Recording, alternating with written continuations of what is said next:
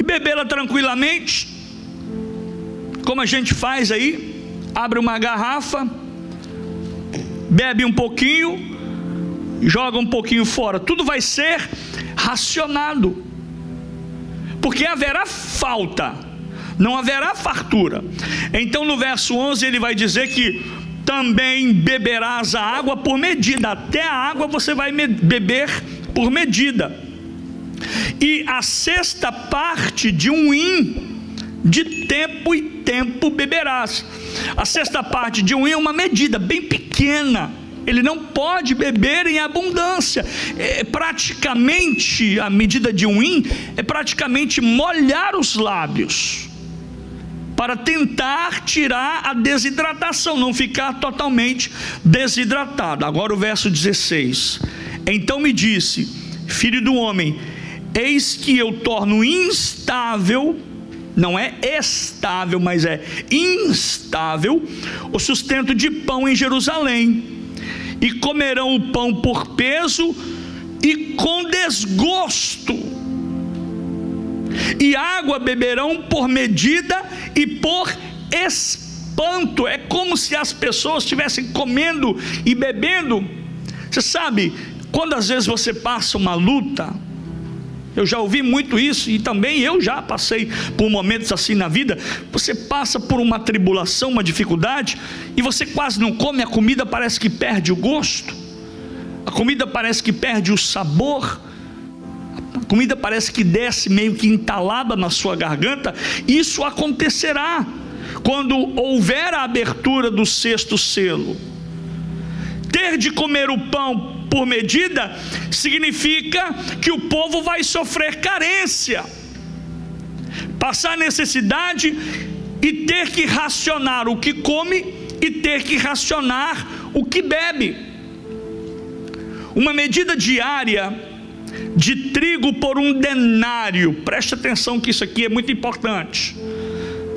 Haverá uma medida diária de trigo, será distribuída uma medida diária de trigo, não é de pão, é de trigo, por um denário. Um denário era, agora aqui que eu quero chegar aonde eu quero falar com você.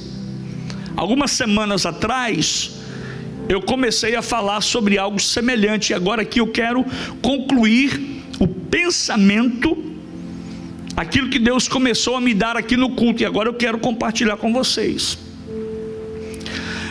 O preço, uma medida de trigo por um denário era um preço aumentado 8 vezes a 12 vezes o valor da mercadoria. Ou seja, uma medida pequena diariamente, ou daily, every day, de todos os dias, uma medida de trigo custará um denário, e esse valor de um denário, ele vai ser aumentado entre 8 a 12 vezes o valor da mercadoria. Ou seja, uma mercadoria que antes custava um denário, agora passará a custar até 12 denários. A Bíblia está usando a moeda denário, mas ela poderia usar dólar, ela poderia usar real, ela poderia usar o euro, mas quando o escritor João escreveu, não existia dólar, não existia euro, então ele disse da moeda que ele conhecia. Mas o fato não é a moeda, o fato é o que está acontecendo, o que vai acontecer. A mercadoria, as coisas, vou resumir em miúdos para você. As coisas, o valor das coisas, quando os selos do Apocalipse começarem a ser abertos, e principalmente esse sexto selo, o valor da mercadoria, das mercadorias, aumentarão de 8 a 12 vezes mais o seu valor normal. Sabe como é que nós chamamos, e aqui eu quero abrir esse parênteses para trazer para a sua mente o que está acontecendo e o que vai acontecer. Sabe como é que nós chamamos isso, esse fenômeno que eu acabei de falar para você nos nossos dias? Inflação. Inflação. haverá uma inflação desorganizada, acerbada, exagerada. O denário era uma moeda romana e significava, sabe o que, gente? O salário diário dos trabalhadores. Quanto que ganha um trabalhador normal hoje? 100, 150, 200 dólares por dia, 300 dólares, não sei. Isso era o valor de um denário. Então o escritor João está dizendo, eu vou aqui tentar trazer para os nossos dias, escute isso, porque ele está falando do valor de uma medida de trigo. Então vamos tentar facilitar para você entender. Você vai no supermercado para comprar um saco, 1 quilo de arroz ou 1 quilo de feijão. Quando você chegar lá, aquilo que custava um preço normal, agora vai custar o preço do dia do seu trabalho. Escute isso, não apenas o que você ganha por dia, seja 100, 200, 300, 400 ou 500, o que for, mas vai custar entre 8 a 12 vezes mais o que você ganha. E é isso que eu quero dizer para vocês. Ou seja, no tempo do fim, nos tempos do fim, quando as coisas acontecerem aqui, eu quero dizer para você que é importante você sonhar com isso, porque hoje nós temos crentes que não entendem a grandeza, a magnitude, a beleza, o privilégio que eu e você temos por acreditar que nós não vamos passar por isso, porque antes disso acontecer, Jesus já terá me arrebatado, já terá te arrebatado, e você estará nas mansões celestiais, no maior evento da terra, que chama Bodas do Cordeiro. Por isso, gente, que o diabo está lutando contra você, tentando fazer você se desestimular, enfraquecer, apostatar e abandonar a fé, para que você venha agora então sofrer as consequências daqueles que ficarão depois do arrebatamento. Mas glória a Deus, se a trombeta soar hoje, eu ouvirei o meu nome ser chamado e estarei com Cristo para todo sempre. Ou seja, no tempo dos fins, as pessoas, meus amados, terão que trabalhar. Eu fiz aqui uma analogia para tentar colocar da melhor maneira na sua mente, no seu entendimento. Em suma, as pessoas nos últimos dias que ficarem, vão ter que trabalhar. Isso eu estou falando só de inflação. Eu estou falando só de sobrevivência na questão de alimentação. Não estou dizendo que o sol vai aquecer 7 vezes mais, porque está em Apocalipse. Não estou dizendo que as pessoas vão procurar a morte e a morte vão fugir delas. Não estou dizendo nada disso. Estou dizendo para vocês em questão daquilo que eu recebi do Senhor quando nós estávamos aqui ministrando a palavra de Deus, e Deus disse: passa isso para a igreja. Em outras palavras, no tempo dos fins, as pessoas que ficarem terão que trabalhar entre 8 a 12 dias para comprar uma medida de trigo. Uma medida apenas de trigo.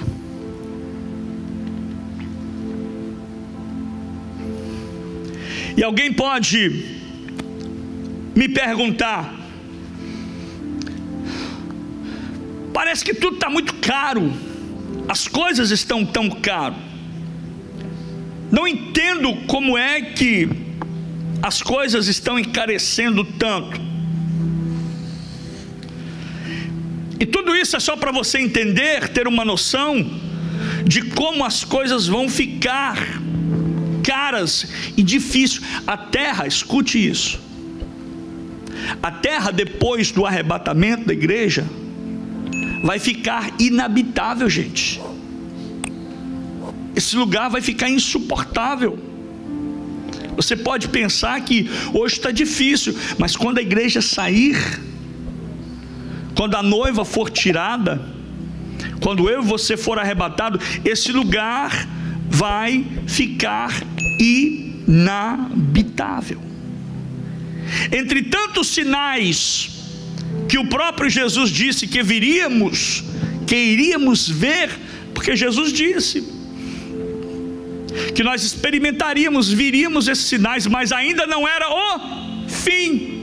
Mas ele disse: entre tantos sinais que vocês verão, a morte, a fome e o aumento desacerbado do preço das mercadorias, ou seja, uma inflação lá na altura, lá nas alturas, são sinais de que a volta de Jesus está próxima.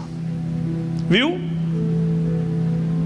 Hoje os preços encarecendo, a inflação alta. Me lembro que em 2008 houve o fenômeno da bolha, e que o mercado imobiliário despencou, e hoje os imóveis estão com preços altíssimos no supermercado, as coisas estão caras. Eu disse aqui também, numa das minhas mensagens que eu preguei aqui, não sei qual semana, que quando nós chegávamos aqui no finalzinho de 94, início de 95, o preço da gasolina era 50 centavos de dólar.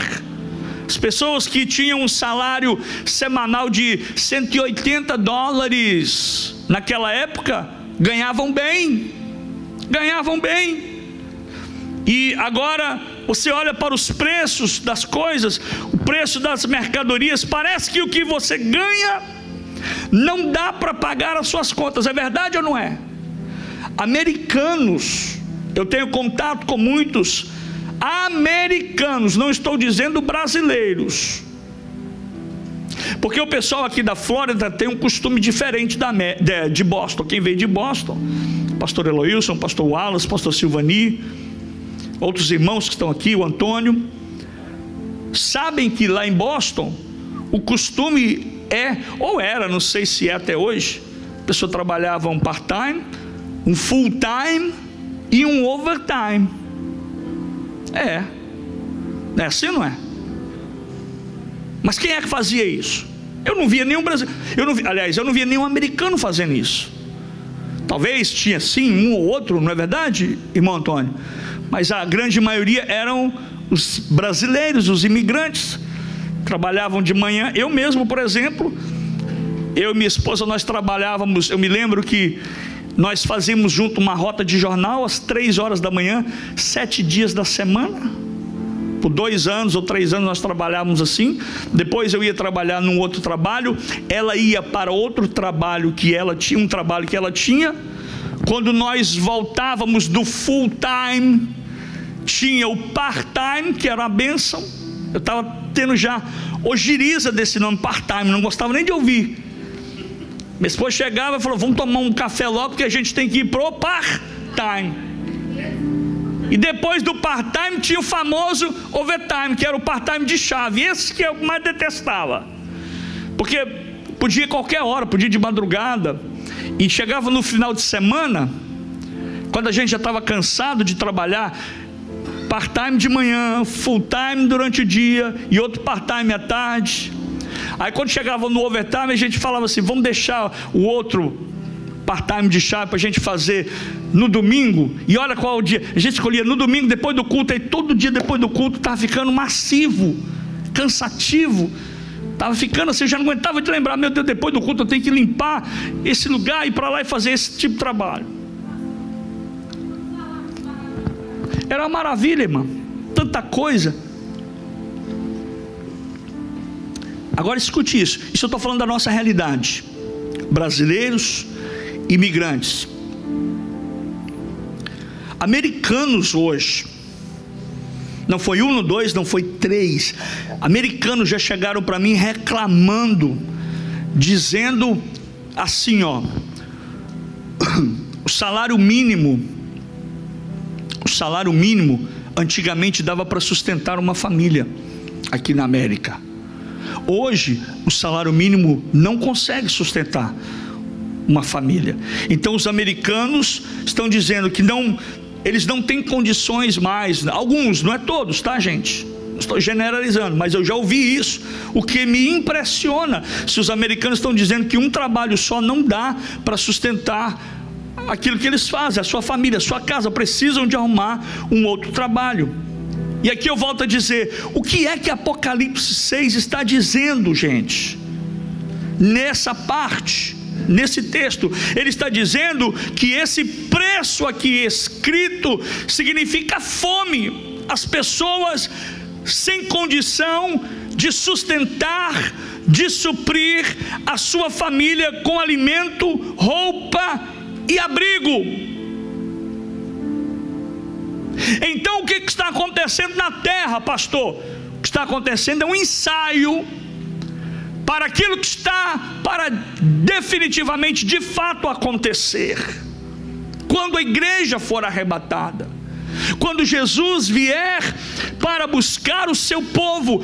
Por isso, meu irmão, escute o que eu vou dizer: enfrente o calor, enfrente o frio, enfrente a neve. Aqui não tem neve, mas enfrente a chuva, enfrente o verão, enfrente o que você tiver que enfrentar para permanecer fiel na presença de Deus, porque eu não vou ficar aqui para viver isso na íntegra. Eu vou estar com Cristo nesse momento.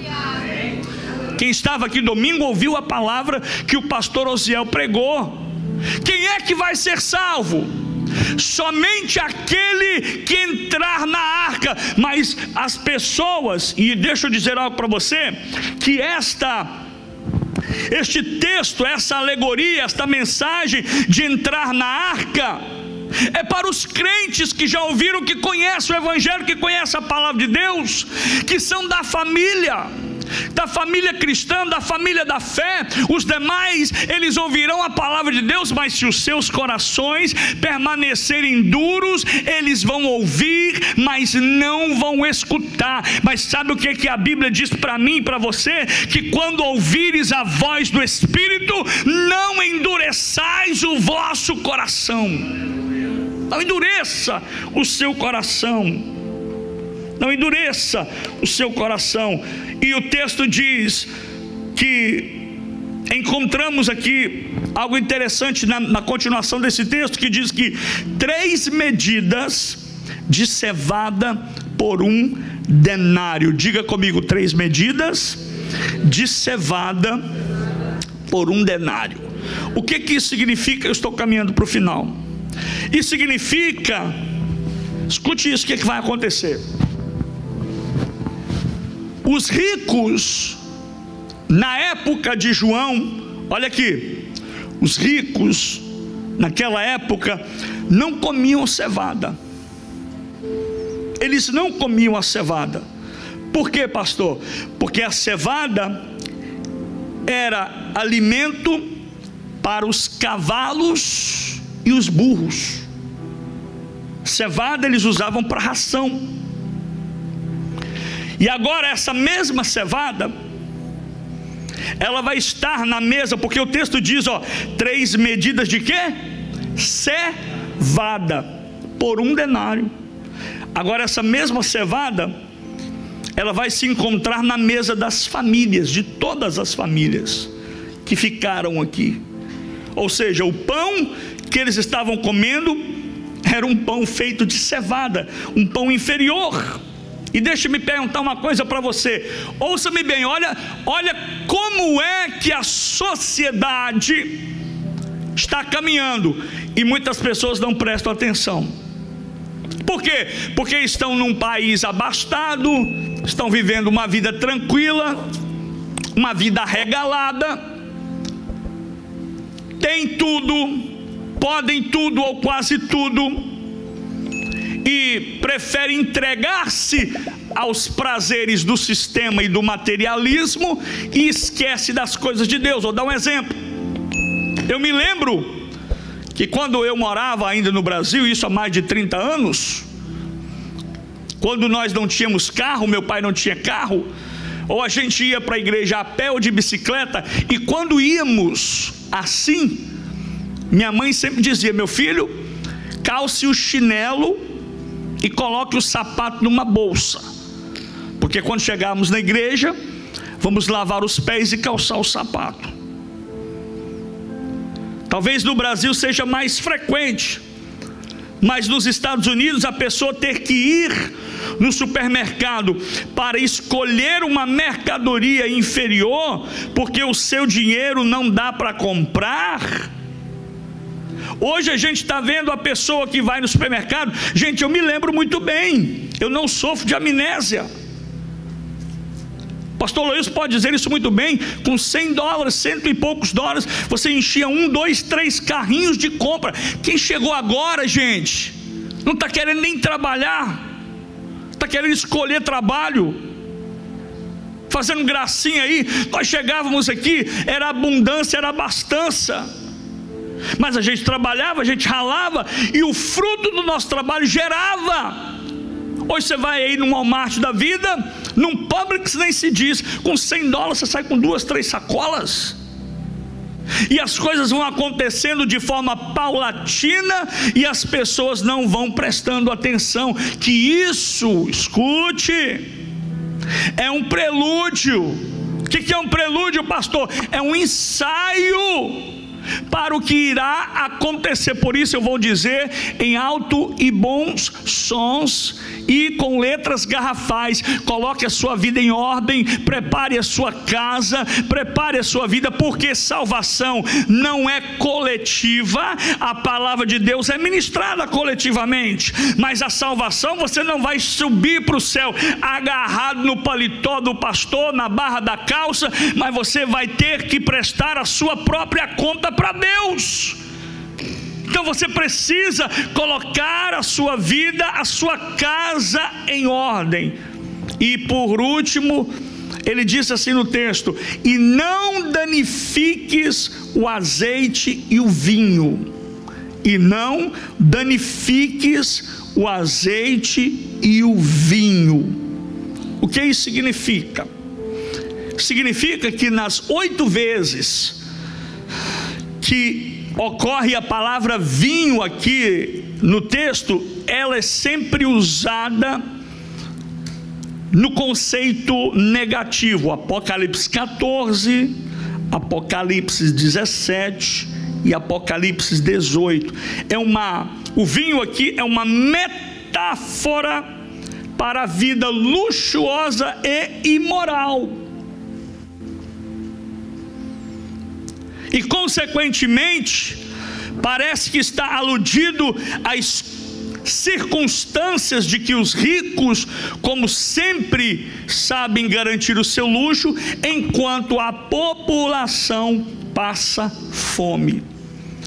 Eles têm suas fontes de abastecimento, não precisando abrir mão de nada. E talvez até fosse possível conseguir nesse período, depois da abertura do 6º selo, os ricos, talvez, eu estou fazendo aqui uma conjectura, não estou afirmando, talvez eles pudessem conseguir um alimento diferente, maior nível, maior status, suficiente para si, para a sua própria família, e ninguém teria que sofrer fome. Mas o que é que acontece nesse período? Não haverá para eles a falta de fome, mas a indiferença, o egoísmo, a corruptibilidade correriam e destruíam de forma ainda mais acelerada os menos favorecidos. O que dá a entender que a fome aqui no capítulo 6 de Apocalipse, ela vai se associar com o ódio e o orgulho dos ricos e dos milionários. Ou seja, você já viu aqueles filmes? Olha aqui, isso aqui é muito importante. Os filmes de Hollywood nada mais, nada menos são que retratam uma realidade que está por acontecer, e os crentes ficam ali embasbacados, embebecidos diante daquilo. Você já viu aqueles filmes que os ricos se trancam nos grandes palácios, nas grandes casas, enquanto os pobres batem na porta: deixa eu entrar, estou com fome, aquela miséria. É o que vai acontecer literalmente. na abertura do sexto cero, é uma medida de trigo por 1 denário, 3 medidas de cevada por 1 denário, ou seja, grãos básicos usados na alimentação diária serão vendidos por preços altíssimos. O dicionário Vine, eu até recomendo aos jovens estudiosos, procure, obtenha, tenha o dicionário Vine, diz que essa medida seria de capacidade para sacos de acerca de 1 litro, 1 litrozinho pequeno, seria essa medida, que aqueles que pudessem comprar depois de 8 a 10 dias, iriam comprar. Agora imagine uma casa. Quantas pessoas tem na sua casa? Pastor, eu não vou ficar. Claro que você não vai ficar, mas preste atenção, que eu te dou um exemplo. Imagine uma casa de 3, 4 pessoas, 5 pessoas. Você vai conseguir alimentar uma família de 4, 5, 3 com 1 litro, uma sacolinha de 1 litro de trigo, de cevada. É isso que vai acontecer, tá? E aqui eu encerro. Quando isso vai acontecer, pastor? Para o desencargo de consciência, para o alívio da sua alma, se você tiver a sua vida no altar. Por isso, pastor, gente, olha aqui para mim, quando o pastor fala, não fofoque, não murmure, não critique, não cometa pecados que abominam a santidade de Deus, porque eu disse semana passada, no início dessa mensagem, aquele texto foi Provérbios, né? Que diz que 6 pecados Deus odeia, mas o 7º Deus abomina. Provérbios, né, pastor? Eu disse para a sua própria salvação, porque você pode perder a sua comunhão com Deus. Pastor, a salvação não se perde. Meu irmão, preste atenção, se você não estiver em comunhão com o Espírito Santo, como é que você vai se salvar? Se ele fala com você o tempo todo e você não dá ouvidos, como é que você vai se salvar? Então é importante nós mantermos nesses últimos dias. Você já ouviu muito essa frase, últimos dias, porque estamos vivendo últimos dias desde quando Jesus veio. Os discípulos aguardavam a volta dele depois da sua morte, e nós temos que ter essa mesma postura, que dure mais 10 anos, que dure mais 15, 20, 30, 40, 50 anos, mas se ele não voltar, quando você vier a falecer, porque uma coisa eu posso te garantir, se Jesus não voltar para nos arrebatar, você vai morrer, é isso eu posso te garantir. Então, se Jesus não te levar no arrebatamento, se ele não vier antes que você morra, quando eu e você fecharmos os olhos aqui nessa vida, passarmos desta vida para a vida eterna, nós estaremos salvos e seguros. Agora, se eu não levar uma vida condigna, se eu for um blasfemo, se eu for um maldizente, um fofoqueiro, um mexeriqueiro, que causa intriga entre os irmãos, que causa contenda, um prostituto, um adúltero, um devasso, um beberrão, será que eu vou entrar nos portais da eternidade, nos portões do céu? Não vamos. Então nós precisamos estar atentos. Então, para desencargo de consciência, para que você não fique desesperado, porque essa é a minha preocupação no que diz respeito de pregar Apocalipse. Uma coisa eu tenho comigo: eu não sou sensacionalista. Eu estou pregando esse texto porque eu estava aqui ministrando e o Espírito Santo falou comigo aqui sobre a fome, sobre a escassez, sobre a falta, e ele me fez lembrar de Apocalipse 6, que diz que nos últimos dias o preço das mercadorias ninguém conseguiria comprar. Então, para aliviar a sua alma, para tranquilizá-lo, quando é que isso vai acontecer, pastor? Isso vai acontecer, meus amados, tempos depois, após o arrebatamento. A Bíblia não diz se serão minutos, segundos, dias, meses e ano. Só uma coisa eu tenho certeza porque Lucas capítulo 17, verso 26 diz assim: porque o arrebatamento irá acontecer durante o período da relativa paz e prosperidade, quando o mundo não estiver mais esperando o julgamento divino, segundo esse texto que eu vou ler para você.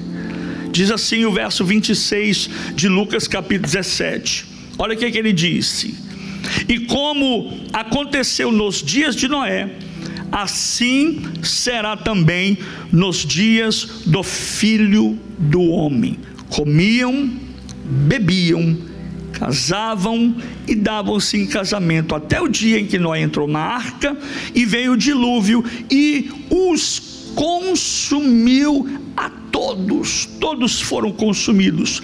Como também da mesma maneira aconteceu nos dias de Ló. Quando Ló também estava, aconteceu: comiam, bebiam, compravam, vendiam, plantavam, edificavam. Mas no dia em que Ló saiu de Sodoma, choveu do céu fogo e enxofre e consumiu a todos. Assim será no dia em que o Filho do Homem se manifestar.